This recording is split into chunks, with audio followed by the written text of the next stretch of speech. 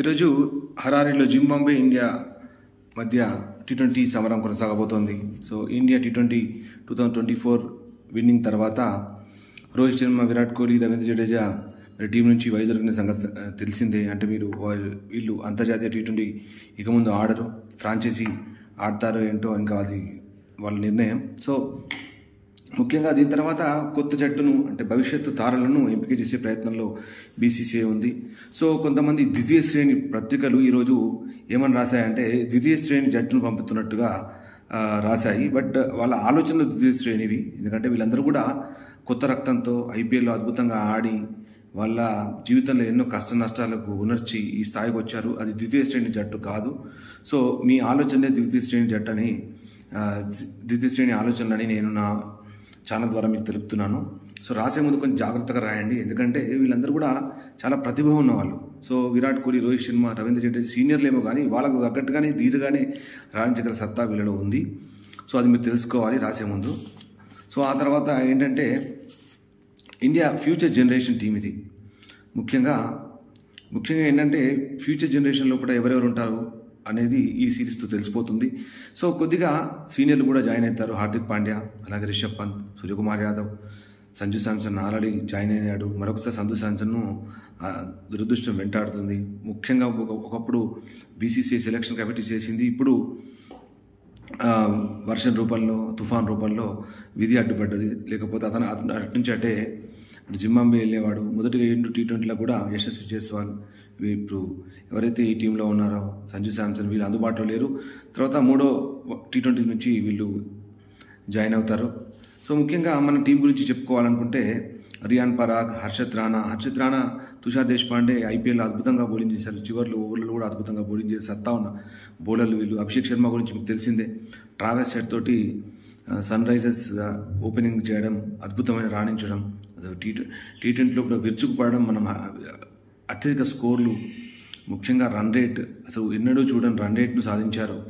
So 10 ఓవర్లోనే 150కి పైగా పరుగులు సాధించారు ఐపీఎల్లో. అద్భుతమైన దేశవాళీ బౌలర్లనే కాకుండా ఈ బౌలర్లు, అంతర్జాతీయ బౌలర్లను కూడా నుంచి అద్భుతమైన ప్రతిభ కనబరిచిన అభిషేక్ శర్మను మరి మనం వరల్డ్ కప్ టీ20లో చూస్తాం అనుకున్నాం, కానీ దురదృష్టవశాత్తు సీనియర్తోనే మనం వెళ్ళాం, విజయం కూడా సాధించాం. కానీ మనకు అభిషేక్ శర్మ, అలాగే యశస్వి జైస్వాల్, అలాగే రియాన్ పరాగ్, అలాగే ఆవేష్ ఖాన్, సాయి సుదర్శన్, ఖలీల్ అహ్మద్, వీళ్ళందరూ కూడా ముఖేష్ కుమార్ సీనియర్ బట్ అద్భుతమైన bowler.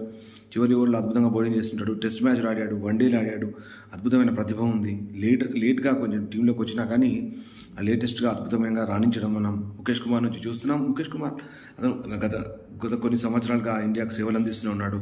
So very soon he will be a good toughest bowler for other teams. So మనం అభిషేక్ శర్మ గురించి మాట్లాడుకున్నాం, ముఖ్యంగా ధృవ్ జురేల్ గురించి మాట్లాడాలి.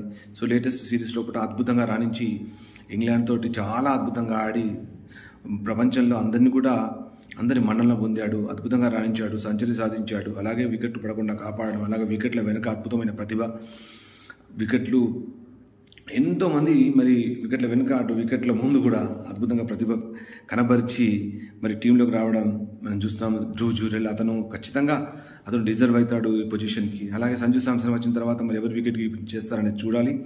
ఆ తర్వాత ముఖ్యంగా ఆవేష్ ఖాన్ గురించి మనం తెలుసుకోవాలి. ఆవేష్ ఖాన్ కూడా అద్భుతమైన పేస్ బౌలర్, మంచి హైట్ పర్సనాలిటీ, అద్భుతంగా బౌలింగ్ చేస్తుంటాడు, మంచి లెంత్ సాధించాడు. చివరిలో కొన్ని రోజులు అతను కొంచెం మానసిక ఇబ్బంది వల్ల అతను ఆడలేదు. తర్వాత అతను చాలా చక్కగా రాణించడం, ఐపీఎల్లో కూడా రాణించడం, మంచి చివరి ఓవర్లో అద్భుతంగా బౌలింగ్ చేయడం, మరి ఇంకొక తోటి బౌలర్లకు సూచనలు ఇవ్వడం కూడా ఆవేష్ ఖాన్ నుంచి మనం చూస్తుంటాం. చాలా చక్కని బౌలర్, అతను మంచి ప్రతిభ ఉంది అతని లోపల. భవిష్యత్తులో ఇండియాకి మంచి ఏస్ పేస్ బౌలర్ కావాలని మనం అనుకుంటున్నాం. అలాగే మీకు సాయి సుదర్శన్ గురించి తెలుసు, ఐపీఎల్ అద్భుతంగా ఆడుతుంటాడు. సో తర్వాత ఖలీల్ అహ్మద్ గురించి తెలుసు, అతను కూడా మనకి మంచి లెఫ్ట్ ఆర్మ్ ఫాస్ట్ బౌలర్. ఇండియాకి ఇంతకుముందు ఆడాడు, తర్వాత మళ్ళీ మరొక మంచి ఇన్నింగ్స్ అని చెప్పుకోవాలి. అలాగే ముఖేష్ కుమార్ గురించి మీకు తెలిసిందే. సో ముఖ్యంగా హర్షత్ రాణా, అలాగే తుషార్ దేశపాండే గురించి, వీళ్ళిద్దరూ కూడా ఐపీఎల్లో అద్భుతంగా రాణించే బౌలర్లే.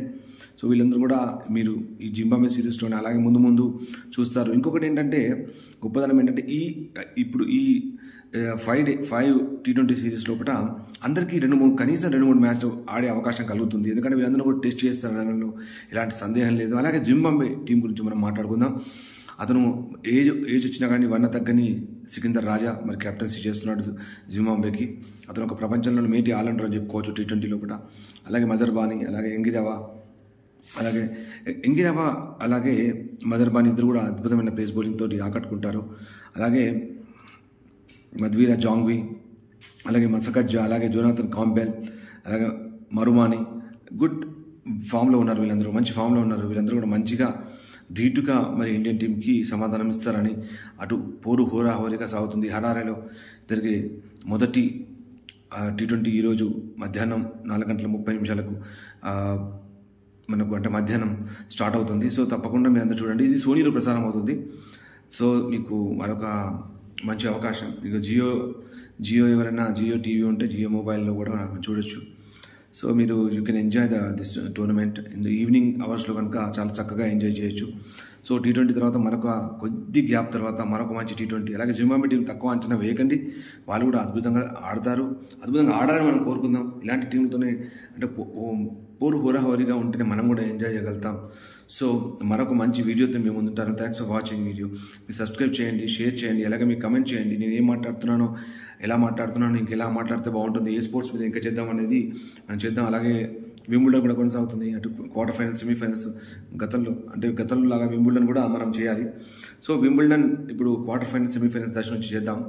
సో అలాగే వరల్డ్ వైడ్ అన్నీ కూడా అటు టేబుల్ టెన్నిస్ టోర్నమెంట్స్, అలాగే షటిల్, బ్యాడ్మింటన్ ఇవన్నీ కూడా జరుగుతున్నాయి. ఇవన్నీ కూడా మనం తెలుసుకుందాం. బట్ దీన్ని తెలుసుకునే ముందు మనకు చాలా ఇష్టమైన ప్రియమైన క్రికెట్ గురించి మనం ఎక్కువ మాట్లాడుకుందాం.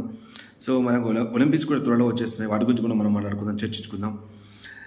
సో నేను మరొక మంచి వీడియోతో మేము ముందుంటాను. Thanks for watching your favourite show Ram Prasad show. మరొకసారి మంచి వీడియోతో మేము ముందుకు వస్తాను. థ్యాంక్స్.